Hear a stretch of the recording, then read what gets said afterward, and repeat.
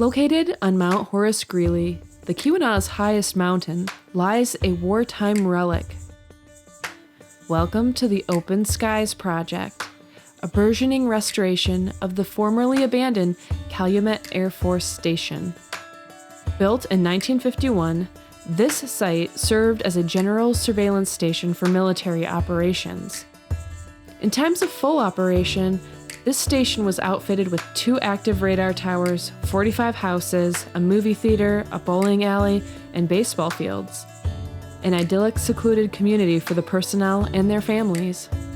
Since its closure in the late 80s, this site changed and fell prey to decay and some creative license. But in 2021 found the potential for new life.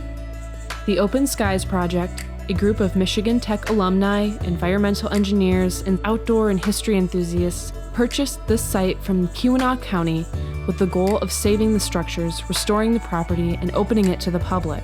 Now visitors are able to reserve guided tours to explore the property and learn its history. Your tour guide weaves a tale of the charming military life lived here with insights to the remaining bunkers, strategy rooms, and skeletal radar towers.